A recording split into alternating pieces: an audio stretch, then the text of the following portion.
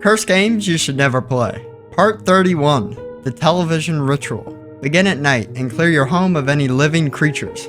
Then turn off all the lights in your home. Then get a television and turn it on. Now tune the television to any channel that is just pure static. Now say the phrase, "I ask all who roam the world, manifest," 3 times. Now be silent and wait, and if the television stays on, you may continue. You may begin to feel weird during this time period, but that's all normal. Now say the phrase, "I seek the one who guards the way. Please manifest." Now wait 6 minutes, and if the television screen turns white, you may continue. You may begin to hear voices coming from the TV. If you do, try to repeat them back to the TV as accurately as possible. Now at this point, you may begin to experience visions. These visions can be of the future, or they can reveal different truths. Some you may not even want to know. While you're having these visions, just let yourself go to sleep. After you wake up from sleeping, look at the TV. If the television is still on, everything is very bad. Not exactly sure what's bad, but you should probably destroy the TV as quick as possible. But if the TV is off, you will feel a presence of peace. This peace will proceed with you for the rest of your life.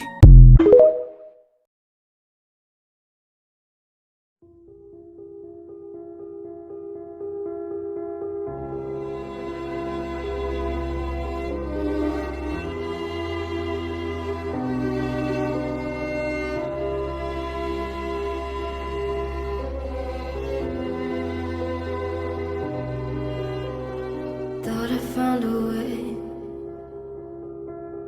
Thought I found a way, yeah. But you never go away. So I guess I gotta stay now. Oh, I hope someday I'll make it out of there, even if it takes hard.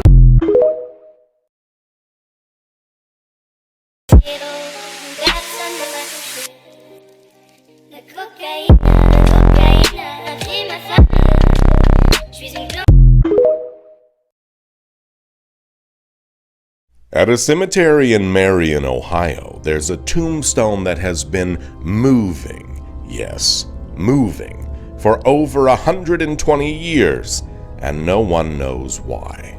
You heard me right, my friends.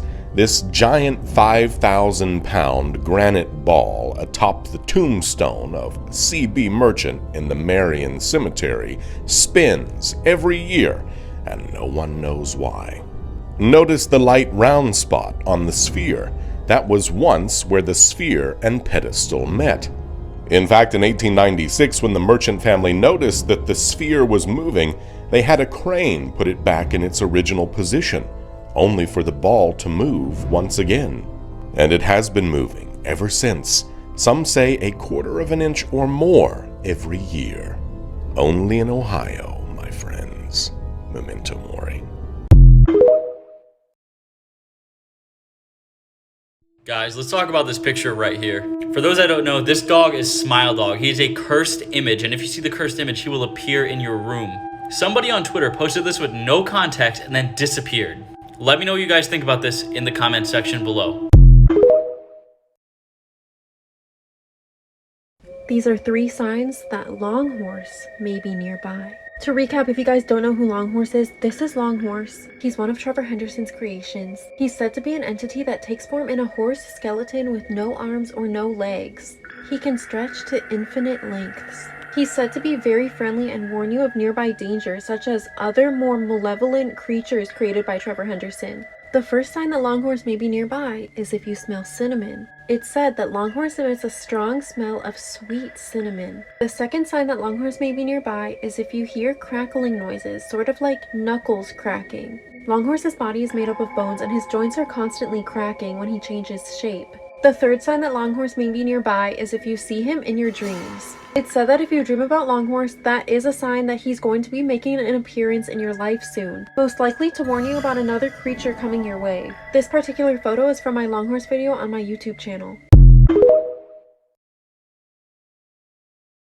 Cursed games you should never play. Part 32. Bed of Sorrow. This game will rid you of any doubt, grief, or sadness if done right. And to start, you must find an abandoned house. But be warned with the risk, both with the game and legally. Search this house and try to find a red door. This door should appear locked, and if it does not, this is not the house for you. Knock twice on the door and then attempt to open it again. And if it opens, you may enter. Once inside, you'll find a windowless room, and the only thing in this room will be a bed. If you decide to keep going, close the door behind you and lay in the bed. Now close your eyes and hold still. You may experience sounds of weeping, a heavy knock on the door, or the bed shaking. But no matter what happens, do not move. Eventually, the room will go silent, and you'll hear 3 words whispered from the darkness. These words will simply be, "It is done." The moment you hear that, you can get out of the bed and go home. But don't look back and don't speak to anyone. Once you wake up, any grief, doubt, or sadness will be gone. Hush, hush, hush, here comes the boogeyman. Don't let him come too close to you, he'll catch you if he can. Tiptoe by the window, that is where I'll be. Come tiptoe. This is the case of Taylor Parker, a woman who stabbed a pregnant woman 100 times and then cut her baby out of her womb. Reagan and Taylor were Facebook friends, but they also spent some time together in real life. About a year before the incident, together they took pictures for another couple of their engagement and wedding photos. And the day before the incident, Taylor actually brought Reagan a baby gift and a Starbucks coffee. On October 9th of 2020, a Texas state trooper pulled over Taylor at 9:37 a.m. When he walked up to her in the car, he saw a baby that was still attached to an umbilical cord and the other half of the umbilical cord in her pants. She said that while she was driving, she had given birth to the baby and that the baby's heart had stopped beating, so she gave it CPR. So the police rushed her to Ida Bell, Oklahoma. At the hospital, the baby was pronounced dead, and they wanted to give Taylor an examination since she just gave a baby. At first, she said no, but she did eventually agree to getting an examination done, and hospital staff found that she had not just given a baby. While this was happening, New Boston police got a 911 call from Reagan's mom saying that someone had killed her daughter, so police rushed there. When they got there, they found Reagan Hancock laying face down on the ground with blood all over the room. When they flipped her over, they found that the baby was no longer in her womb.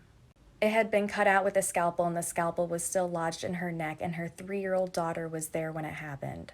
When her body was examined, altogether they found that she had 100 stab wounds, and her skull was bashed in with a hammer, on top of having a ton of defensive wounds on her arms and hands. Once the hospital staff determined that she did not just have a baby, she admitted to the police that she got into an altercation with another woman and abducted her unborn baby. Taylor was arrested while she was still at the hospital 50 miles away from where this abduction and murder took place, and she was charged with first-degree murder and kidnapping. Turns out that same morning she had a gender reveal party, and she told her family that she was leaving so that way she could pre-register to get her labor induced. Taylor already had 2 children, and she actually had a hysterectomy, so she could no longer have any more children. Well, she was with her boyfriend for about 10 months and told him that she was pregnant, and she was afraid that if she told the truth, he would leave her. While she was faking her pregnancy, she had fake ultrasounds, and she also took a lot of pictures with the fake baby bump. Well, at her arraignment, she pled not guilty to the first-degree murder and kidnapping. In October of this year, 2 years after the murder had taken place, her trial began.